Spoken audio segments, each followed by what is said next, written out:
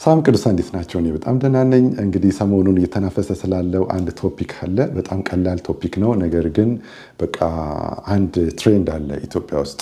ቀድሞ አንድ ነገር ከተያያዘ እና ለአመታት ከቀጠለ በቃ እውነት ነው ብሎ ሰው እሱን ያምናል።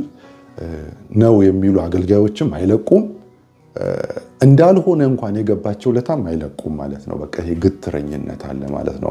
ነገርየው በጣም ግልጽ ነው። መጽሐፍ ቅዱስ ላይም በጣም በግልጽ ሁኔታ ነው የተቀመጠው ማለት ነው። እና ባለስልጣን ነቢያቶች እና ባለስልጣን ሐዋርያቶች በዚህ ዘመን አሉ ወይ የሚለው ነገር ነው። እንግዲህ በዚህኛው ቪዲዮ ላይም እንዳስተማርኩት ከሆነ መጽሐፍ ቅዱስን ተንተርሰን ነው የምናስተምረው። በደም ፍላት አለ ብያለሁ፣ አለ የለም ብያለሁ፣ የለም ሳይሆን የለም ነው እኛ የምንለው። የለም ስንል ግን ዝም ብሎ በሎጂክ ወይ ዝም ብሎ በመሰለኝና በደሳለኝ ሳይሆን መጽሐፍ ቅዱስን ተንተርሰን ነው ማለት ነው። ኦኬ። ከዛ በኋላ ነው ሎጂክ ከመጣ የሚመጣው፣ ከዛ በኋላ ነው ታሪክ ከመጣ የሚመጣው እንጂ መጀመሪያው የምንቆመው መጽሐፍ ቅዱስ ላይ ነው።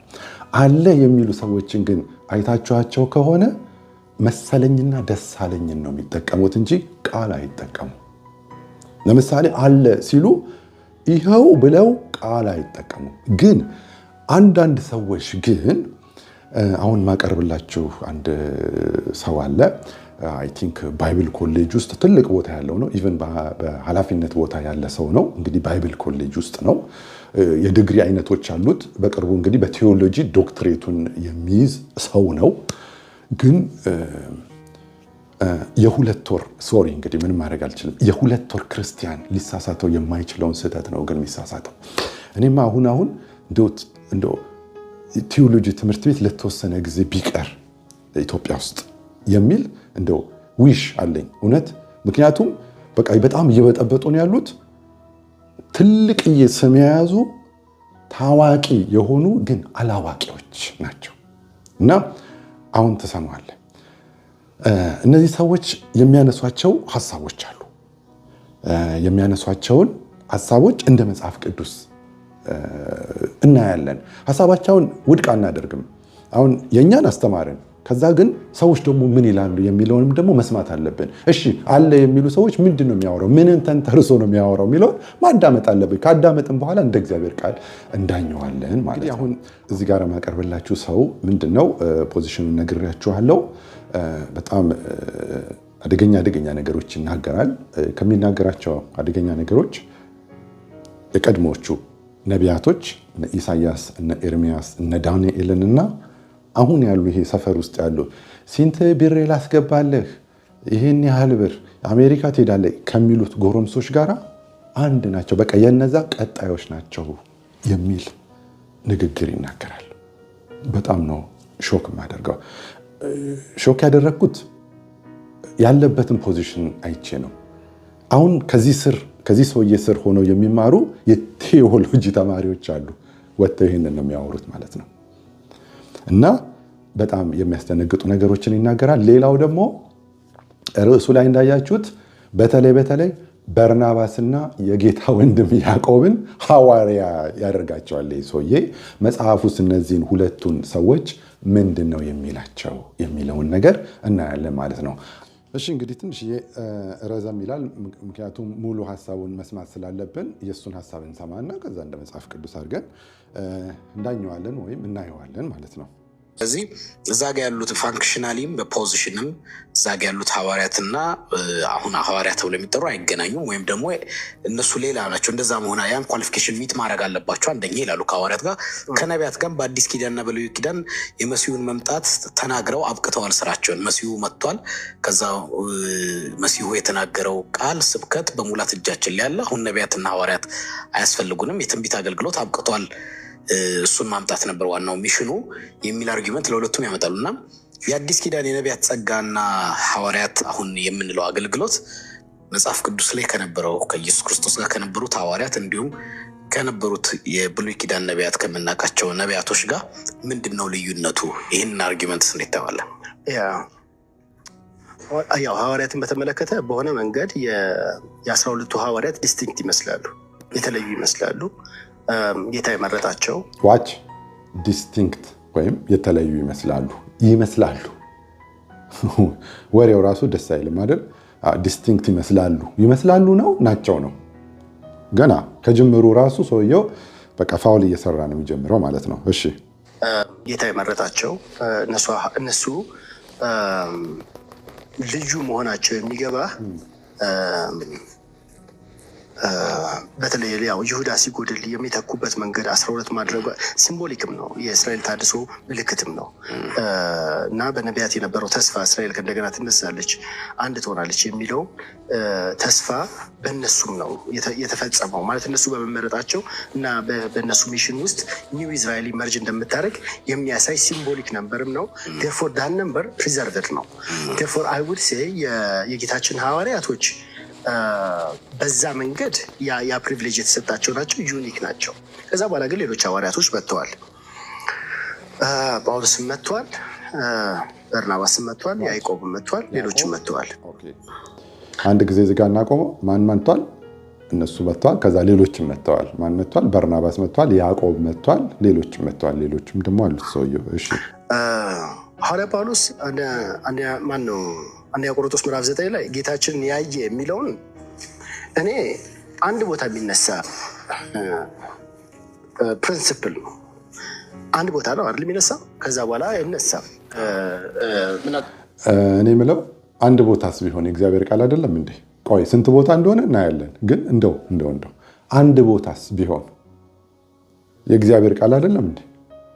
10ቱ ትእዛዛት እኮ የተጻፈው አንድ ቦታ ነው። በቃ 90 ቦታ መጻፍ አለበት ለመፈጸም ወይስ እንዴት ነው ነገሩ? አልገባኝም። እና እያንዳንዱ ሴንቴንስ የሚያወራው ነገር በሙሉ በጣም ወረድ ያለ ነገር ነው የሚያወራው። እና አንድ ቦታ ነው የተጻፈው። አንድ ቦታስ ቢጻፍ ለማመን ስንት ቦታ መጻፍ አለበት? ስንት ቦታ እንደተጻፈ አሁን አሳያለሁ። ለነገሩ ግን አንድ ቦታስ ቢጻፍ። እሺ እንቀጥል። ምናልባት አሁን አንተ የማቲያስን አንስተዋል። ነገር ግን የማቲያስን ሲያነሱት የማቲያስን ባነሱትበት መንገድ ጳውሎስን ቢመዝኑት ይወድቃል። ምክንያቱም ጳውሎስ ጌታችን በምድር ላይ በሚያገለግልበት ጊዜ ከመጀመሪያው ጀምሮ እስከ መጨረሻው ምስክር የነበረ አይደለም። በኋላ ነው ያየው። ዲያስፖራ ነው። ምናልባት በስጋ ወራት ሐዋርያ ጳውሎስ ማነው ጌታችን አይቶት እንደሆነም አናውቅም። ዴርፎር የማቲያስ መስፈርት ለጳውሎስ አይመጣም። የማቲያስ መስፈርት 12 ውስጥ ለመግባት ነው የሚሆነው።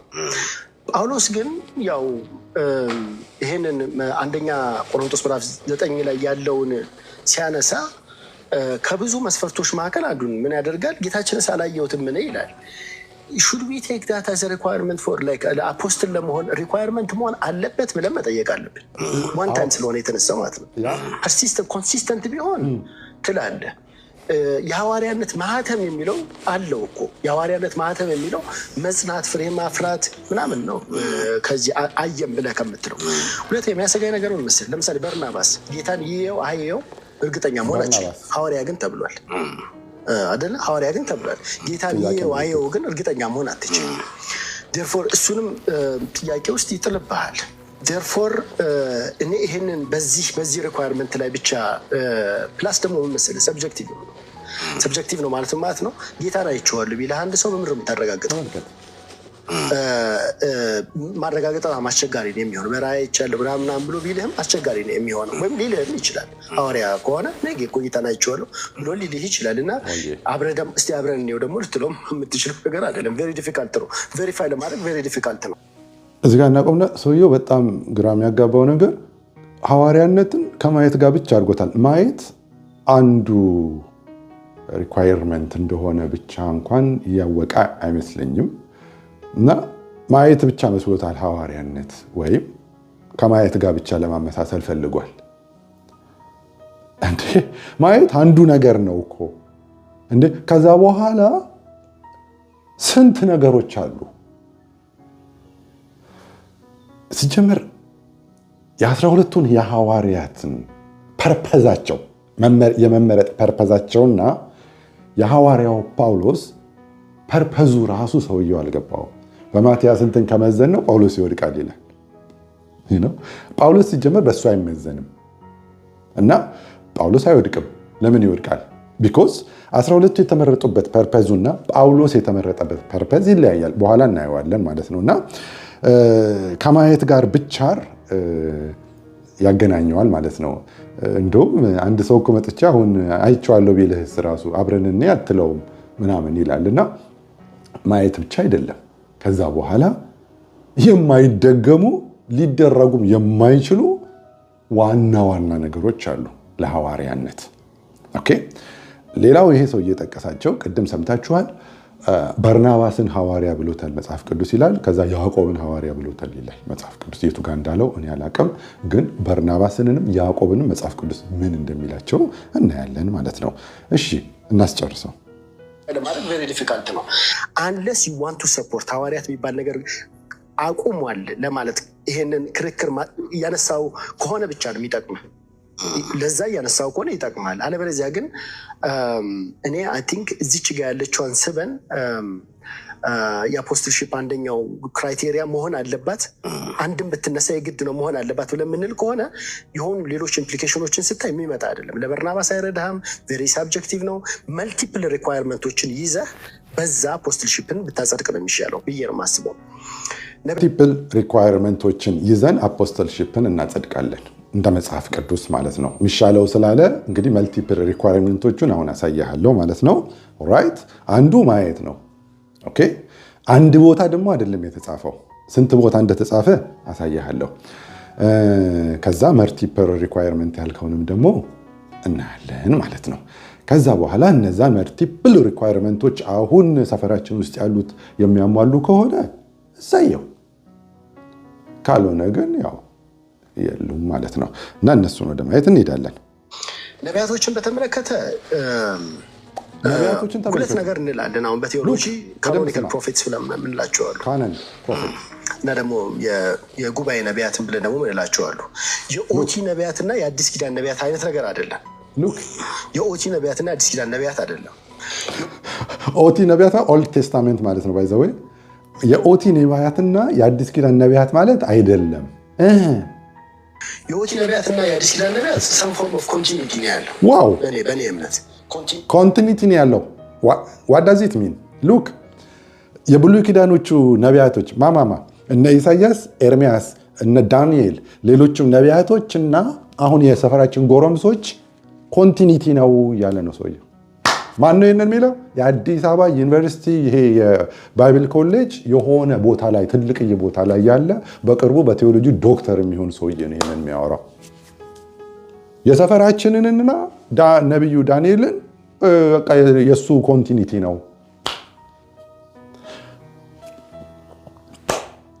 ምን እንደሚባሉ አላውቅም። እነዚህ የተማሩ ሰዎች ተምረናል የሚሉ ሰዎች ማለት ነው። አልተማሩም፣ ያው ተምረናል ነው የሚሉት። እንዴትና እንዴት አድርገው ወረቀቱን እንደሚያገኙት ዶክተሬቱን እንደሚያገኙት አይታወቅም። ግን እንዲህ ናቸው። እሺ እንደው ይሄ የሁለት ወር ክርስቲያን እንኳን እንደዚህ ይሳሳታል፣ እንደዚህ ይላል። አሁን እንደው ምንስ ቢሆን እንደው አይጨንቅም? አሁን እንደው ዳንኤልን እስካሁን ድረስ ያለውን ትንቢት የተነበየውን ነቢዩ ዳንኤልን እነሆ ድንግል ትጸንሳለች ወንድ ልጅ ትወልዳለች ያለውን ኢሳያስን ከሰፈራችን አሁን ነብይ ነኝ ከሚለው ሰውዬ ጋር ኮንቲኒቲ ነው ማለት እንደው ነውርም አይደለም። ስህተቱን ተው፣ ነውር አይደለም። በቃ ይሄ እንግዲህ ዩኒቨርሲቲ ውስጥ ገብቶ ቴዎሎጂ አስተምሯቸው ደግሞ ቴዎሎጂ ተምረናል ብለው ቆብጭ ነው ደግሞ የሚወጡ ተማሪዎች አሉ። እግዚኦ በሉ ስሙ እንግዲህ ኮንቲኒቲ ነው ያለው ማለት ነው። ጥቂቶች ረመነንቶች ብቻ ይለማመዱት የነበረውን ጸጋ በአዲስ ኪዳን ዩኒቨርሳላይዝድ ነው የሆነው ማለት ነው። ያ ይሰፋል። በወንዶችና በሴቶች ላይ መንፈሴን አፈሳለሁ ብሎ ይናገርና አዲስ ኪዳን ውስጥ መንፈስ ቅዱስን የሚቀበሉት ሲሰፉ ነው የምትመለከተው። ዳ ካይንድ ኦፍ ዳይናሚዝም ነው የምትመለከተው በኦቲና በአዲስ ኪዳን እንጂ ኦ ማይ ጋድ ኦኬ። ትንሽ ሬመናንቶች እነ ኢሳያስ ማለት ነው እነሱን እነ ዳንኤል እነሱ ብቻ ጥቂቶችን ለማመዱት የነበረውን አሁን የአዲስ ኪዳን የኛ ሰፈሮቹ እንደውም በስፋት ነው የምትመለከተው ይለዋል። ጠያቂውስ እያለ ነው የሚሰማው ማለት ነው። እዚህ ጋር እንኳን አንተ አይለውም ጠያቂው። እንደው እኔ አላቅም እንግዲህ አይ ዶንት ኖ እንደዚህ አይነት ጥያቄ እንደው እንደ ምክር ወይ የሚሞግቱ ቴዎሎጂካል የሆኑ ኮንሴፕቶችን ሰብስበህ ጠይቅ። ወይ ፕሊስ አትጠይቅ። እንደነዚህ አይነት ሰዎችን ስመጥር የሆኑ ሰዎችን ታዋቂ ሰዎችን እያመጡ ነው እንግዲህ በጥያቄ ሰበብ ያው ህዝቡ ላይ የሚለቁት ማለት ነው። አሁን እንግዲህ ሰው የሚሰማው ሰው በቃ እውነት ነው የሚመስለው። እነ ኢሳያስ ኤርሚያስና እነ ዳንኤል አሁን ያሉት የሰፈራችን ጎረምሶች አንድ ነው፣ በቃ የነሱ ኮንቲኒቲ ነው የቀጠለ ነው እያለ ነው ያለው ወንድማችን ማለት ነው። በጣም ነው የሚያሳፍረው። በጣም ነው የሚያሳፍረው። አሁን እኛ ወደ ትምህርታችን እንመጣለን። እንግዲህ የተናገራቸውን ነጥቦች አይታችኋል። አንደኛ ከነቢያቶቹን ጀምርና በጣም እሱ ቀላል ነገር ስለሆነ ማለት ነው። ቀላል ነገር ነው። ምንድነው? የብሉይ ኪዳን ነቢያቶቹ አሉ፣ እኛ መጽሐፉ እንግዲህ የሚያስተምረን ማለት ነው። እነሱ ጨርሶኑ የማይደገሙ ናቸው።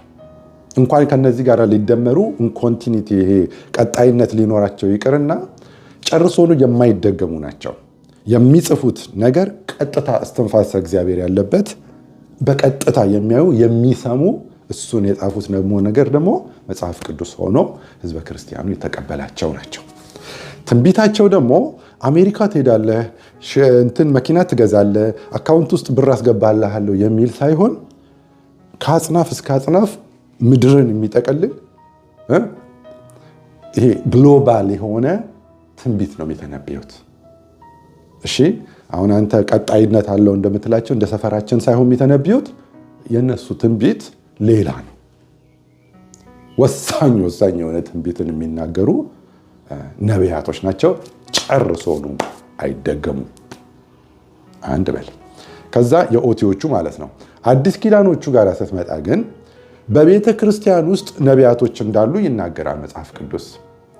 በግልጽ እንዳስቀመጥ ነው እዚህ ጋር መጽሐፍ ቅዱስም በግልጽ እንደሚለው ነቢያትም በምትሰበሰቡበት ጊዜ ነው ሲጀምር የሚለው። ተመልከት፣ ነቢያቶቹ አይደለም የሚሰበስቡን፣ ጉባኤው በሚሰበሰብበት ጊዜ ነቢያት በተራቸው ይናገሩ። ኦኬ፣ ሌሎች ይለዩአቸው ይላል። ዋት ሌሎች ይለዩአቸው ይላል።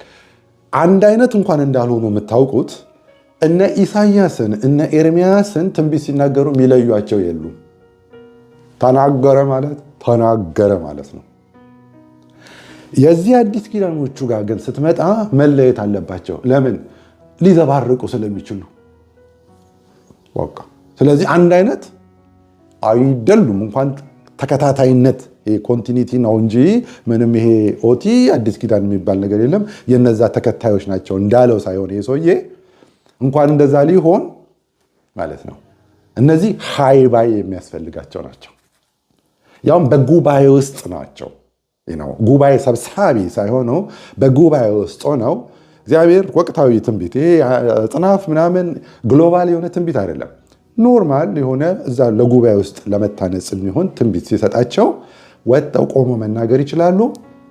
ሌሎች ደግሞ ይለዩአቸዋል። የሚለዩአቸው እንደ እግዚአብሔር ቃል ነው። ሌላ በምንድን ነው የሚለዩአቸው? እንደ እግዚአብሔር ቃል ነው። እንደ እግዚአብሔር ቃል ያልሆነ ዝም ብሎ የሚዘባርቀው ነገር ከሆነ ተቀመጥ ይሉታል። ካልሆነ እሱን ተናግሮ ጉባኤውን የሚያንጽ ነገር ተናግሮ ይሄዳል ማለት ነው። ትንቢትን መናገር በብርቱ ፈልጉ ይላል። ኦኬ፣ ትንቢት ለምን ጉባኤውን ያንጻል? ኦኬ፣ ትክክለኛ ከሆነ ማለት ነው ጉባኤውን ያንጻል።